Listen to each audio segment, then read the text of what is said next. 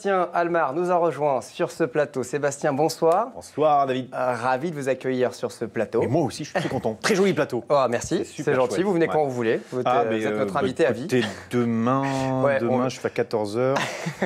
Jeudi peut-être, jeudi. Alors on va parler avec vous de votre spectacle Cobaye qui se joue tous les jeudis à 20h15 au Sentier des Halles. Un one-man show qui raconte la vie d'un homme moderne. Et un homme moderne, aujourd'hui, c'est un homme qui prend soin de lui et qui applique les exigences de sa femme. Ça donne des sketchs hilarants. Sébastien, comment vous qualifiez cet homme moderne que vous interprétez dans votre one-man show ? Cet homme moderne, en fait, c'est l'évolution des mœurs. En fait, je pense que c'est l'indépendance des femmes qui grandit, et tant mieux, qui fait que nous, les hommes, on est amenés à faire des choses différentes que nos pères, nos grands-pères ou nos arrière-grands-pères ne nous ont pas appris à faire, comme s'occuper de nous physiquement, s'occuper de nos enfants, aller voir une psy. C'est plein de choses où on est les premiers. Et donc je me sens un peu cobaye de cette situation-là, parce qu'on n'a pas eu d'exemple. Donc on est les premiers, donc on tâtonne.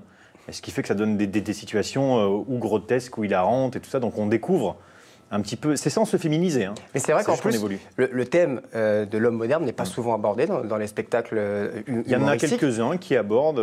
Mais c'est très rare parce que vous, c'est vraiment le sujet principal de votre spectacle. Comment vous est venue l'idée d'écrire ce One Man ?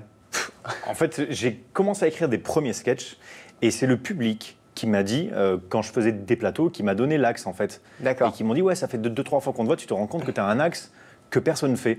J'ai dit, ah bon, mais c'est quoi ? Et donc, ils m'ont parlé de ça. Et d'un coup, je me suis dit, ah, mais c'est pas faux. Mais j'avais aucune idée de ce que j'allais écrire. Et à partir de là, vous êtes mis à écrire sur ça. Et je me suis dit, mais c'est vrai que ça m'inspire énormément. Et le truc est parti tout seul. Quoi. Et il y a plusieurs personnages dans votre spectacle, l'esthéticien pour l'épilation, en passant par la pédopsychiatre. Beaucoup de monde se retrouve à travers ces situations que vous exposez. Et c'est ça que vous recherchez finalement dans ce spectacle. On va regarder un petit extrait, puis on en reparle juste après. Non mais la télé nous fait faire n'importe quoi, et toutes ces émissions là, aussi de homestaging, shopping, relooking, fistfucking, même ma femme devient complètement dingue. Non mais la dernière fois, elle m'a proposé de prendre rendez-vous chez l'esthéticienne pour me faire épiler. Non mais où on va là? Mais je lui dis, oh, d'accord. Mais je veux pas que ce soit une femme qui l'épile, c'est trop la honte. Non, mais vous voyez, mais elle nous demande des trucs, nos femmes deviennent complètement folles. Comme vous avez vu qu'aujourd'hui, à la télévision, les mecs qu'elles idolâtrent, sur qui elles fantasment et tout ça, putain, les mecs, ils sont chirurgiens, écrivains, mentalistes même. Sans déconner, mentalistes. Non, mais le mec, il s'habille en mocassin, pantalon de lin, il se bagarre jamais, il boit du thé toute la journée. Oh, mentaliste, quoi. Et puis, entre nous, on est tous un peu mentalistes, hein. Même moi. Pourquoi tu rigoles? Ok, tu m'as chauffé. Je vais me concentrer un petit peu, je vais vous regarder, pour en apprendre plus sur vos vies. Ah d'accord. Ouais, j'aurais pas dit. Ah, d'accord. Mademoiselle, par exemple, vous vous appelez Céline. Oui, je dis ça pour ne pas révéler votre véritable identité. Alors on ne le voit pas dans la suite du live, mais vous avez vraiment des talents de mentaliste. Des on a pu le voir dans votre spectacle, avec une fameuse feuille, j'en dis pas plus, mais c'est vrai que vous ne voulez pas vous reconvertir ? Non, et puis ce sketch du mentaliste, je l'ai écrit à cause du phénomène de cette série, quoi, en fait, qui est passé. Et, par Simon Baker. Voilà, et on a découlé des spectacles, en fait, et je suis allé voir, c'est vrai, des mentalistes jouer, et j'ai écrit un petit peu ce sketch avec leurs conseils. Et en fait, je fais genre que je leur tape dessus, mais je les trouve incroyables, quoi. Ah oui. Et c'est vrai qu'ils ont ce pouvoir, un petit peu de suggestion, ce talent. Mais vous l'avez un peu, hein. Vraiment, on y a cru. On y a cru, en tout cas. Parce que là, j'ai réussi à écrire un truc où les gens ont un vrai gros doute. Et j'en dis pas plus, il faut venir, mais les gens sont un peu... Alors, ce One Man, Sébastien, c'est l'aboutissement d'un long travail, puisqu'au départ, vous n'étiez pas destiné à vous produire seul sur scène. Vous avez fait du théâtre, notamment aux côtés de Gaspard Proust ou encore Charlotte Gabri. Qu'est-ce qui vous a poussé à faire de la scène tout seul ?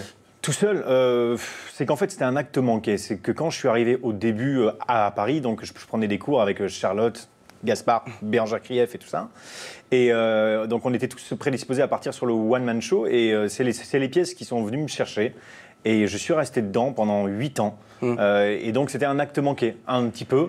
Et le jour où je me suis dit, tiens, je vais mettre le théâtre un peu de côté Et si cet acte, je le faisais maintenant. Et je pense que c'était le bon moment parce qu'en fait, il y a quelques temps, j'avais rien à dire en fait. Et pourtant, il y a beaucoup de concurrence dans ce domaine-là. Ça vous a pas fait peur de vous lancer dans le stand-up? Non. Et puis, je sais qu'en plus, je fais des personnages, donc il y en a de moins en moins qui font des persos. Donc au final, des spectacles avec des personnages et du stand-up, on n'est pas si nombreux que ça. Et puis c'est juste que j'avais envie de dire des choses à ce moment-là, quoi. Alors, est-ce qu'il y a un humoriste en particulier qui vous a donné envie de faire du stand-up? Mes influences, elles sont tellement... ça part des inconnus qui ont bercé toute mon enfance. Après, il y en a des contemporains, de Verino à Arnaud Ducré, à Louis C.K. Ils font tous ou des personnages ou du stand-up, mais il y a à apprendre dans tous, je pense, et ils m'ont donné envie, ouais. Justement, Arnaud Ducré, vous avez fait sa première partie. Ouais. C'est un ami? Ouais, c'est un ami, ouais. C'est un ami qui m'a en plus aidé sur quelques sketchs et tout ça. On a le même humour, on se retrouve bien dans ces trucs-là. C'est quelqu'un qui vous inspire, Arnaud Ducré? Énormément. Énormément, parce que j'aime beaucoup les acteurs dans son genre, c'est-à-dire les acteurs complets, qui chantent, qui dansent. C'est ce que je fais aussi et je me retrouve bien dans ce qu'il fait. Ouais. Il vous donne des conseils au quotidien? Un petit peu, ouais. On se voit et dès que j'ai besoin, il est là pour répondre à un truc, ouais. Alors, avant d'être seul sur scène, Sébastien, on en parlait tout à l'heure, vous avez pas mal bourlingué dans différentes pièces de théâtre. La dernière en date, c'est Sors de ce corps, aux côtés de Rebecca Hampton notamment. Ouais. Ça vous manque pas de pouvoir jouer en troupe ou même faire du théâtre? Pas pour l'instant. Après, c'est vrai que cette ambiance où on est plusieurs, il y a quelque chose, il y a un côté équipe qui me manque peut-être de temps en temps, mais être seul sur scène, c'est une autre sensation. Encore, et pour l'instant, je suis vraiment à fond dans ce truc-là. Vous prenez beaucoup plus de plaisir à faire du stand-up seul sur scène plutôt que du théâtre? Je dirais que faire un one-man show seul sur scène, je suis plus en souffrance. Je suis plus en souffrance parce qu'en fait, on ne peut pas avoir une soirée sans, même si au théâtre non plus, mais à la limite, au théâtre, quand il y a une soirée qui ne se passe pas très bien, on peut se dire que c'est la faute de l'autre. Alors que là, c'est toi. Donc il y a une pression qui est plus compliquée, puis c'est ton texte aussi. Donc il y a une pression qui est différente. Ouais. Vous avez fait de la télé également, quelques passages dans Fais pas ci, fais pas ça. C'est un domaine qui ne vous attire pas plus que ça, ou si vous aimez, vous avez des propositions? Ouais, c'est un milieu qui m'attire énormément parce que moi je vois mon métier dans sa globalité. C'est autant faire de la scène, être à plusieurs, être seul, faire une comédie musicale, faire de la télé, faire du ciné. Pour moi, être comédien, c'est le tout. Donc, je prends du plaisir. Et puis, il y a des sensations différentes. Voilà, sur scène, seul ou à plusieurs, c'est une sensation différente. Être devant une caméra, c'est jouer différemment. C'est plus ressenti. Et je prends mon pied dans chaque truc, en fait. Du cinéma aussi, peut-être? Ouais. On en parlait tout à l'heure en off. Il y a peut-être un film qui est en cours d'écriture. Ouais. Donc, la mise en scène, ça pourrait aussi vous intéresser. Pourquoi pas? Pourquoi pas, ouais.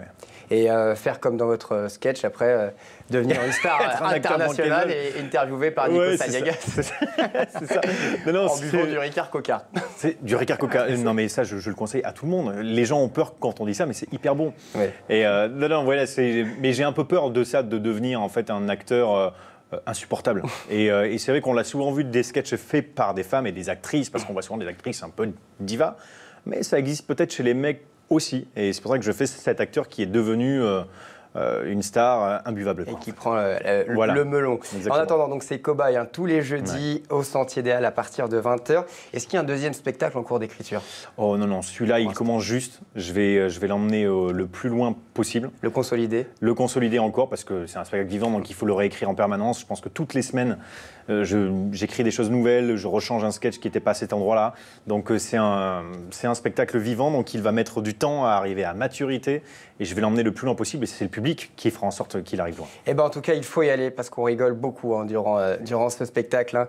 Cobaye qui joue, je rappelle, donc tous les jeudis au Sentier des Halles à partir de 20h. Merci beaucoup, Sébastien Aymar, merci beaucoup à vous. Avec nous ce soir. Ouais. C'est la fin de cette édition. On se retrouve un peu plus tard pour un nouveau journal. Et moi, je vous dis à tout à l'heure.